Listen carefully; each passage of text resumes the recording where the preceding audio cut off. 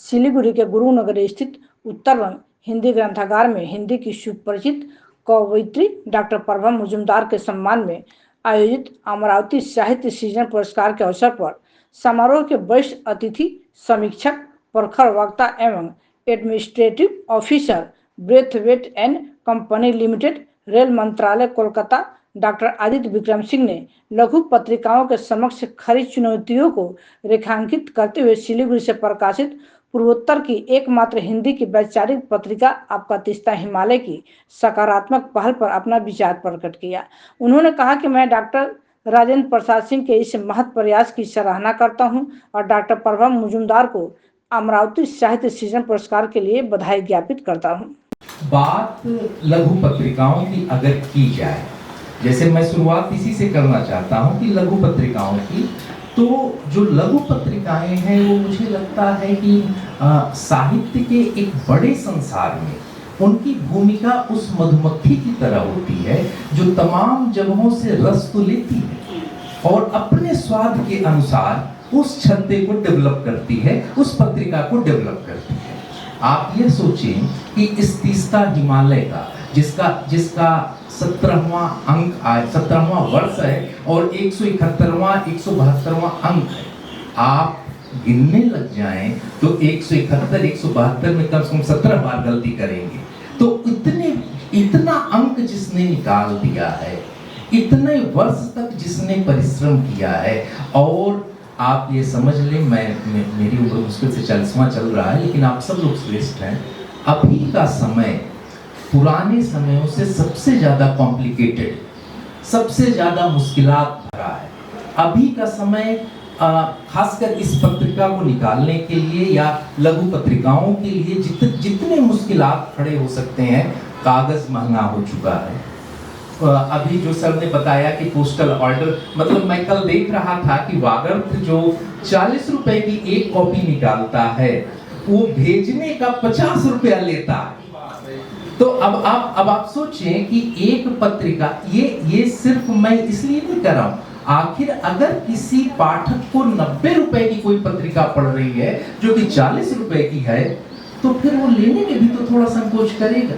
तो एक ऐसा हर्डल जो आपके पाठकों को भी हतोत्साहित कर रहा है और संपादक को भी हतोत्साहित कर रहा है, तो ये इस पे थोड़ा सा हमें एक सोचने की जरूरत है। क्योंकि आप समझिए कि एक पत्रिका ही तो बची है जो डाक से आती है, वरना चिट्ठियां तो डाक से आती नहीं है। हमारे पास तो सारे लिफाफे पत्रिकाओं के ही बचते हैं।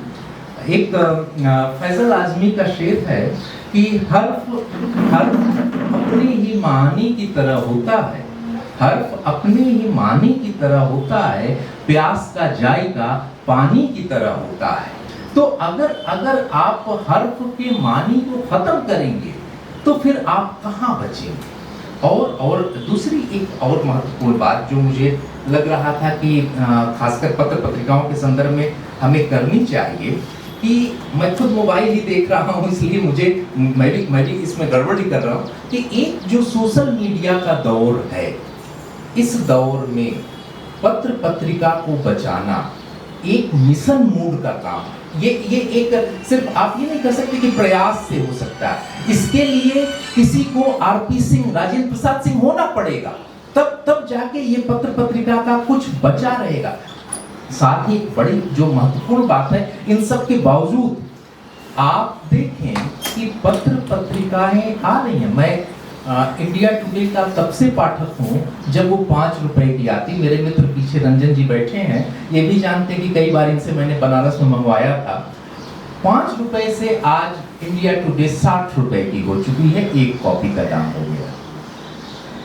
वो पत्रिका 70% कॉर्पोरेट लॉबी से चलती है, उसके बावजूद वो दाम अपना बढ़ाते चली जा रही।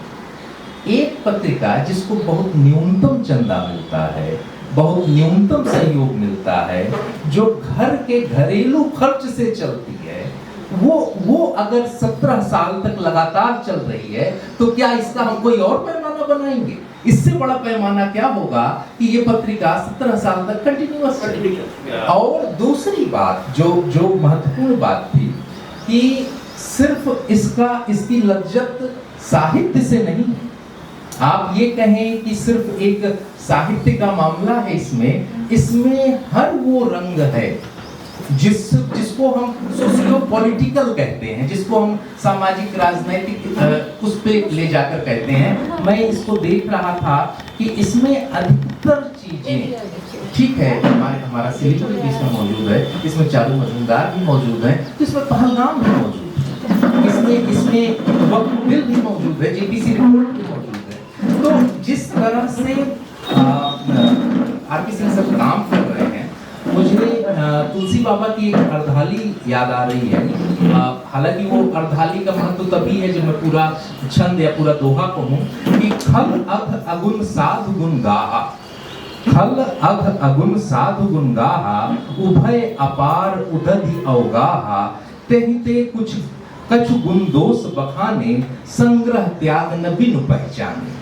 तो एक संपादकीय विवेक में जो संग्रह त्याग का गुण है कि हमें अपनी पत्रिका में क्या लाना है, क्या नहीं लाना है, यह एक संपादकीय विवेक का मामला। और यह मुझे कहने में कोई गुरेज नहीं है कि आरपी सिंह साहब जिस तरह से इसको कंटिन्यूअस करते जा रहे हैं। मैंने पुराने कम से कम 25-30 अंक देखे, और आप सोचें कि इसके साथ ही साथ इन्होंने, मतलब कितनी बड़ी बात है कि साहित्य ने एक राज्य पे भी विशेषांक निकाला, इन्होंने सिक्किम विशेषांक निकाला। ये किसी भी साहित्यिक पत्रिका में आपको देखने को नहीं मिलेगा कि सिक्किम विशेषांक आ रहा है। तो यह अंक अपने आप में इसका चूंकि मैं इस पे बहुत ज्यादा नहीं बात करूंगा क्योंकि लोकार्पण है, तो लोकार्पण के बाद अगर हम ही पढ़ लेंगे सारा, हम ही सारा बता देंगे, तो आगे फिर पाठक क्या करेगा। तो इस पे मामला वो है। अब जो सबसे महत्वपूर्ण बात थी कि आज प्रभा जी का सम्मान हुआ, और आज से आई थिंक 1 महीने पहले या 2 महीने पहले हमारे मित्र हैं सत्यनारायण पटेल जी, मध्य प्रदेश में पुलिस विभाग में अधिकारी हैं। जैसा मैम कह रही थी कि लोग क्यों साहित्य से जुड़ते हैं, साहित्य से वो क्यों जुड़ते हैं। गालिब का एक शेर है कि बस की दुश्वार है हर काम का आसान होना, बस की दुश्वार है हर काम का आसान होना, आदमी को भी मुयस्सर नहीं इंसान होना। तो जो आदमी से इंसान बनने की प्रक्रिया है उसका टूल्स है साहित्य। अगर साहित्य न हो, अगर साहित्य हमारे अंदर मौजूद ना हो, हम किसी भी नौकरी, मैं मूलतः एक मालगाड़ी के संयंत्र में काम करता हूँ जहाँ मालगाड़ी बनती है, मतलब लोहे, वेल्डिंग, रिवाल्टिंग के अलावा हमारे यहाँ कुछ नहीं है। हाँ? और चक्का देखिए, मालगाड़ी देखिए, उसका वैगन देखिए, इसके अलावा कहीं कुछ नहीं है। लेकिन ये साहित्य है जो हमें बताता है कि हमारा अंतिम वर्कर भी इतना मतलब काम करते समय उसके काम की जो श्रेणी है वो ऐसी बनी रहे कि हमारे अंदर उसके प्रति एक संवेदनशीलता बची रहे। ये साहित्य हमें बचाता है। और मैं ऐसी जगह बैठा हूँ, जैसे मैं बाहर जिन भी जगहों पे, ये मेरे साथ इसको सौभाग्य कहें दुर्भाग्य कहें, मैंने 8-10 विश्वविद्यालयों में पढ़ाया है, तो 8-10 राज्यों में भी मैं घूमा डाला। तो मैं जब भी कहीं जाता था, अच्छा उसकी शुरुआत मेरी सिक्किम से ही हुई है। तो सिक्किम में 4 साल बीता है, तो मैं वहाँ कहता था कि पहाड़ की जिंदगी जितनी कठिन है उतने ही सरल वहाँ के लोग हैं।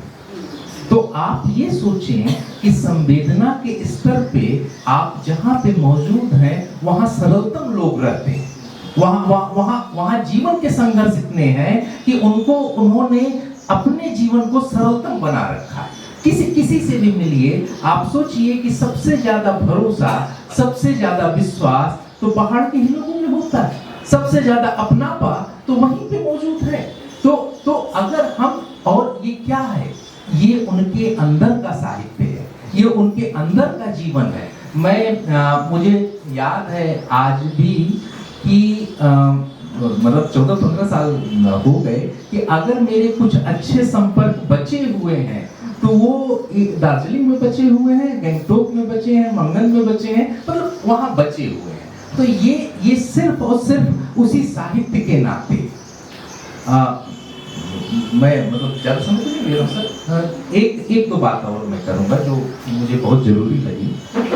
मैम की कविताएं मैंने पढ़ी थी बिजू का ब्लॉग पे, सत्यनारायण पटेल वाला जो आता है उस पर आया था, और जब मैं पढ़ा तो मेरे दिमाग में तुरंत नाम क्लिक किया क्योंकि सर ने 2-3 महीने पहले बता दिया। तो थोड़ा एक होता है ना कि अगर किसी को पुरस्कार मिल रहा है तो उसकी तो जिम्मेदारी बढ़ती ही बढ़ती है, आपको आपकी दृष्टि की भी जिम्मेदारी बढ़ जाती है कि आप उसको देख कैसे रहे हैं, क्योंकि भाई पुरस्कार मिल रहा है। तो और अगर आप 1-8 साल भी मास्टरी कर लिए हैं तो आपके अंदर आलोचक के गुण अपने आप आ जाएंगे, उसमें कहने की सुनने की जरूरत नहीं है कि आपको आलोचक होना पड़ेगा, वो ऑटोमेटिक आ जाएगा, उसमें कहीं कोई रहने की बात नहीं। कविताएं जो मैंने मैन की पढ़ी उसमें मैं 2 ही कविताओं का जिक्र करूंगा। वो 2 कविताओं का इसलिए करूंगा क्योंकि वो इसमें भी छपी हुई है। दरअसल 90 के बाद हमारे समाज में एक बड़ा बदलाव आया। हालांकि मैं मध्य प्रदेश में बहुत साल नौकरी किया हूँ, आपकी इंदौर की पैदाइश है, वो चंद्रकांत देवताले ने जो चिट्ठी लिखी थी कि आप रतलाम में बीएससी में गणित जैसे विषय में, अब आप सोचिए, मतलब मैं ये नहीं कहता कि महिलाएं गणित नहीं पढ़ती, अरे पढ़ते तो पुरुष भी नहीं है, कमजोर तो पुरुष भी गणित में होते ही हैं, मैं भी बहुत कमजोर था। तो बीएससी में गणित में मैंने टॉप किया था। तो चंद्रकांत देवताले साहब शायद उसी कॉलेज के थे, वो हिंदी के प्रोफेसर थे रतलाम में, तो उन्होंने एक चिट्ठी लिखी है मैम को, वो चिट्ठी मैंने पूरी पढ़ी। मुझे डाक ओक से बड़ा लगाव है तो चिट्ठी मैं तुरंत पढ़ लेता हूँ, कहीं कोई चिट्ठी रहती है तो मैं पढ़ लेता हूँ। तो फिलहाल तो मैं यहाँ एक जो बात मुझे बहुत महत्वपूर्ण लगी, 90 के दशक में हमारे यहाँ एक बड़ा बदलाव आया जिसको सामान्य तौर पे भूमंडलीकरण कहते हैं कि बाजार आया, बाजार का प्रभाव आया। क्या इसके पहले बाजार नहीं था? अगर इसके पहले बाजार नहीं था तो सर ने अकबर इलाहाबादी का एक शेर पढ़ा था, हालांकि बाद वाला जो शेर था वो नजीर बनारसी का था, जो अंधेरा मांगने आया है रोशनी की भी। तो अकबर इलाहाबादी कहते हैं कि दुनिया में हूँ, दुनिया का तलबगार नहीं हूँ, बाजार से गुजरा हूँ, खरीदार नहीं। तो अगर उस समय बाजार नहीं था तो फिर वो किस खरीदारी की बात करते हैं? मैं यहाँ ये बात बस इसलिए कह रहा हूँ कि जब हम बाजार कहते हैं तो हमें यह समझना होगा कि 90 के बाद का बाजार, के पहले का बाजार या 90 से लेके आज तक का 2025 तक का बाजार निरंतर एक नया नेक्सस बना रहा है, एक नई चीज का निर्माण बना रहा है। ये मैं बस इसलिए कह रहा हूँ क्योंकि उसको पहली बार डिकोड होते हुए मैंने इनकी कविता में पाया। देखिए, बाजार मुख्यतः गद्य का विषय, बाजार का वह प्रलोभन ईदगाह कहानी में मिलता है। प्रेमचंद इस बाजार को रचते हैं कि जहां पे आप सोच लीजिए कि हामिद को अपने चिमटे से सबको लड़वाना पड़ता है कि भाई बाजार क्या है। लेकिन एक जो बाजार पहले और अब के बाजार में जो एक अंतर मुझे समझ में आया वो इनकी एक कविता में मुझे दिखाई पड़ता है, वो तिलिस्म। वो कविता तिलिस्म नाम से है, मैं पूरी कविता नहीं पढ़ूंगा, जो अंतिम 3-4 लाइन है कि रातों रात अजनबी पड़ोसी किसी फार्मूले की तहत आत्मीय बन जाते हुए माया लोक का अंत नहीं, हाथों से छूते ही सोना बना देने वाली टकसाल अब खुल चुकी। यह कविता आज हम 2025 में पढ़ रहे हैं और यह अपने समय की सबसे प्रसिद्ध पत्रिका प्रगतिशील वसुधा में 2007 में छपी। तो ये मैंने इसलिए कहा कि इसमें एक शब्द आया है, माया लोक। दरअसल आज का बाजार उस माया लोक का निर्माण कर रहा है जिस माया लोक के जाल में हम फंसते चले जा रहे हैं। कहानियों में ये आपको खूब मिलेगा। ये मैं ढेर सारी कहानियां बता सकता हूं, संजय खाती से लेके क्या कहते हैं बाद में अवधेश कुमार तक की, कि जिसमें बाजार का माया लोक है। लेकिन कविताओं में बाजार किस तरह से अपने को फैला रहा है और उसको डिकोड करना, क्योंकि बाजार कहने से वो कभी खुलता नहीं, बाजार अगर खराब चीजें देता है तो बाजार दवा भी दे रहा है, हाँ बाजार सारी अच्छी चीजें भी दे रहा है, लेकिन वो जो माया लोक, जो आकर्षण है कि इसमें मैंने कई वो भी किया है, उदाहरण भी ढेर सारे, वो कविता जरूर पढ़िए, उसमें ढेर सारा उदाहरण भी है, वो उदाहरण विज्ञापन का है। मतलब प्रदीप बैठे हैं और प्रदीप को भी मैं बधाई दूंगा, इन्होंने भी सिक्किम आने के बाद एक पत्रिका का संपादन किया कंचनजंगा के नाम से, और पांचवा साल है ये, 5 साल उसके भी पूरे हुए हैं, वो भी पिछले ही दिनों उसके 5 साल। और सबसे अच्छी बात है सिक्किम स्टेटहुड डे के दिन ही उसका इनॉग्रेशन था और उसका वो था। तो हमें ये समझना होगा कि बाजार किस तरह से चीजों को अतिक्रमित कर रहा है और उसको डिकोड। दूसरी बात है, मानव जीवन कभी सरल नहीं रहा है, कभी सरल नहीं रहा। मैं बंगाल में आने के बाद कुछ बांग्ला साहित्य का हिंदी अनुवाद पढ़ा, हालांकि जो पहले पढ़ चुका था शरदचंद्र साहब को या विभूति भूषण बंदोपाध्याय साहब को। बांग्ला साहित्य की एक बड़ी विशेषता है कि इसमें डिटेलिंग बहुत अच्छी रहती है, बहुत अच्छी। अगर नदी का वर्णन है तो 2-3 पेज में नदी का वर्णन रहेगा कि मतलब आप अगर नहीं भी देखे हैं तो आप महसूस करें कि आप नदी में खड़े हैं, वो इतना सुंदर वर्णन रहेगा। वो गाछ से लेके मछली से लेके बगुला से लेके सब कुछ। अब आप ये सोचें, इस जीवन के कठिनतम दौर में जिस चीज से हम सबसे ज्यादा परेशान हैं वो है हमारे अंदर के अंतर्द्वंद से, और उस अंतर्द्वंद को अमूमन कवि अपने यहाँ ला रहा है। मैं ये नहीं कहता कि कवि नहीं ला रहा है, कवि ला रहा है, ढेर सारी कविताएं लिखी जा रही। कविताएं लिखने का तो ये आलम है कि दिन में जितनी सब्जियां बिकती हो कि न बिकती हो उतने कविता संग्रह प्रकाशित हो जाते हैं। तो कविताएं तो खूब लिखी जा रही हैं, लेकिन एक जो महत्वपूर्ण बात है कि कविता हमेशा, एक राजेश जोशी की बहुत अच्छी पंक्ति है, 2 पंक्तियों के बीच में उनका कविता सुन रहे हैं, कविता पंक्तियों के बीच में होती है, लेकिन बात यह है कि क्या वो द्वंद्व जो कविता का पंक्ति उसमें आ रहा है, कविता में आ रहा है, वो पहले लेयर का ही है? नहीं। मैं के यहाँ जो द्वंद्व आ रहा है वो द्वंद्व की मनोस्थिति, जो कि आम बात है, मनोस्थिति, एक द्वंद्व की मनोस्थिति आम बात है, उसके बाद का जो चिंतन है, उस मनोस्थिति के बाद का चिंतन वो इनकी कविता में आ रहा है। मैं वो कविता बस 2-3 पंक्ति पढ़ना चाहता हूँ कि प्रकाश हूँ परछाई नहीं, स्वर हूँ मैं गूंज नहीं, मसाल हूँ रैली नहीं, सोच हूँ सहमति नहीं, विवेक हूँ भक्ति नहीं, गाती हूँ परिक्रमा नहीं, क्रिया हूँ परिणाम। अब आप देखें कि वो जो द्वंद्व है, जो डायलेक्ट है, जिसमें पूरा मनुष्य जीवन फंसा हुआ है, उसके बाद का जो चिंतन है वो इनके यहाँ कविता में बहुत अच्छे से आया है। और ज्यादा बात मैं नहीं करूँगा, बस एक बात और मुझे याद आ रही थी। दरअसल यहाँ इतने अपने लोग बैठे हैं, मुझे 2014-15 का वो सिक्किम याद आया। फिराक गोरखपुरी साहब का एक शेर है कि काकी साहब बैठे हैं, इन्हीं को नजर करते हुए मैं कहता हूँ कि तुम मुखातिब भी हो और करीब भी, तुम मुखातिब भी हो और करीब भी, तुमको देखें कि तुमसे बात करें। तो इतने लोग बैठे हैं।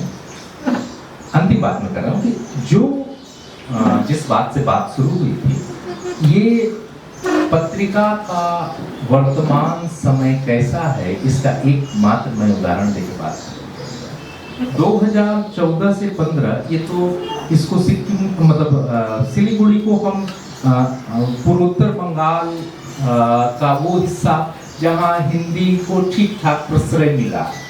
मुझे याद है मैं आज से 10, 12 या 11 साल पहले पांडे सर के घर गया था और मुझे नहीं लगता कि किसी भी गैर हिंदी भाषी राज्य में किसी के पास हिंदी की इतनी बड़ी लाइब्रेरी रही, किसी के पास, और विद रेफरेंस, और मतलब आप ये सोचिए कि मुझे अच्छी तरह याद है कि दिल्ली में जब भी मैं सिलीगुड़ी का नाम लेता हूँ साहित्य वालों से, चाहे अजय तिवारी से लूँ, चाहे विश्वनाथ त्रिपाठी से लूँ, तो वो पहला नाम जो लेते हैं वो पांडे जी का लेते हैं कि अगर आपको सिलीगुड़ी में किसी से हिंदी की वस्तु स्थिति जानना है तो पांडे जी से।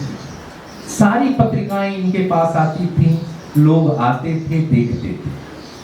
अब पत्रिकाओं का क्या हाल है, ये तो सिलीगुड़ी है। काशी हिंदू विश्वविद्यालय कभी कोई गया हो बीएचयू में तो प्रदीप जानते हैं कि गेट से जब आप बाहर निकलेंगे तो लाइन से छोटी छोटी दुकानें बनी, क्योंकि काशी हिंदू विश्वविद्यालय एक बहुत बड़ा मेडिकल कॉलेज है तो वहाँ मेडिकल स्टोर ज्यादा है, लेकिन उसके बावजूद किताबों की ढेर सारी दुकान। आज के दौर में हमने 14 तक वहाँ पढ़ाई की, 13 में डॉक्टरेट अवार्ड हुआ था, उसके बाद में चले गए। लेकिन 15, 16 या 17 में हमने जाके देखा वहाँ लाइन से जो किताबों की दुकानें थी वो किताबें कम, पत्रिकाएं ज्यादा बेचते थे। ये लघु पत्रिकाएं जो आती हैं इनका लंबा बड़ा स्टॉल होता था। और होता क्या था कि भाई हम छात्र थे, हमारे पास इतना पैसा नहीं था कि हम सारी पत्रिकाएं खरीदें, तो हम जाते थे, एक आध पत्रिका खरीदते थे और उस बहाने सबका इंडेक्स पढ़ डालते थे, सबका अनुक्रम देख डालते थे और उस पे आके चर्चा करते थे कि फलाने ने लिखा है, देख लेना, या दूसरे मित्र से कह देते थे कि आप ये खरीद लो।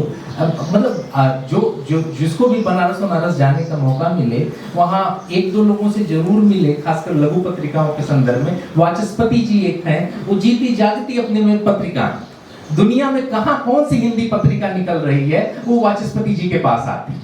और वाचस्पति जी उत्तराखंड में कहीं प्रोफेसर थे, रिटायर होने के बाद एक स्कूटी खरीद के उनका अपना काम है कि वो सबके पास पहुंचाते।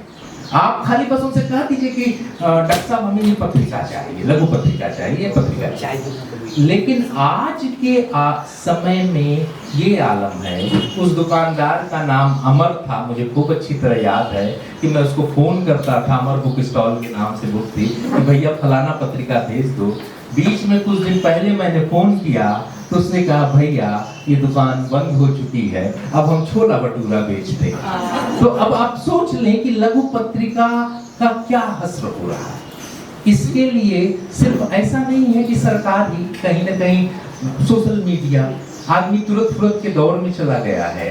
तो इसलिए अगर कि आपका तीस्ता हिमालय इतने दिन से निरंतर निकल रहा है तो इसको हम शुभकामनाएं देंगे, इसको हम सहयोग करेंगे। याद रखिए कि शुभकामना से कोई पत्रिका नहीं निकलती, पत्रिकाएं निकलती हैं तो सहयोग से निकलती हैं। इसमें जिस तरह का भी हम सहयोग दे पाए हम सहयोग देंगे। और आगे आने वाले दिनों में हम देखें, हम ये समझें कि ये 17 नहीं, इसके 27वें वर्ष में भी हम यहाँ मौजूद रहें। धन्यवाद सभी को, धन्यवाद।